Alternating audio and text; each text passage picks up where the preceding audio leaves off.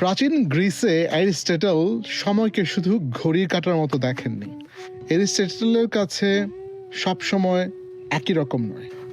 ধরুন একজন দক্ষ তীরন্দাজ লক্ষ্য ভেদ করতে যাচ্ছেন, সে যে কোনো মুহূর্তেই তীর ছুটতে পারে তার লক্ষ্যে, কিন্তু তীরন্দাজ কি করে? তীরন্দাজ অপেক্ষা করে। বাতাসের গতি, শরীরের ভারসাম্য, লক্ষ্যবস্তুর নাড়াচাড়া সব ঠিক যখন একেবারে এক বিন্দুতে এসে মিলে যায়, তখনই তীরন্দাজ ভাই অথবা তীরন্দাজ বোন তিনি তীর ছোড়েন তার লক্ষ্যবস্তুতে। এই যে ঠিক মুহূর্তটা, এই ঠিক যে মুহূর্তে তীরন্দাজ ভাই অথবা তীরন্দাজ বোন তীর ছুড়েন, পারফেক্ট মোমেন্ট, এইটাই হলো কেইরোস।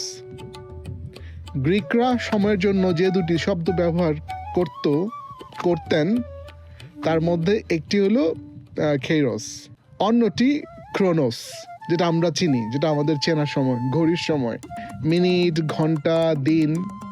অ্যারিস্টটল যে সময়ের কথা বলছিলেন, যার কথা আমি বলছি, সেটি হলো কেইরোস, সঠিক সময়, মিনিংফুল মোমেন্ট, এমন একটা মুহূর্ত যা সুযোগও হতে পারে, আবার নিজের সিদ্ধান্তের একটা পরীক্ষা হতে পারে যে আমি আসলে ঠিক সিদ্ধান্ত নিচ্ছি কিনা।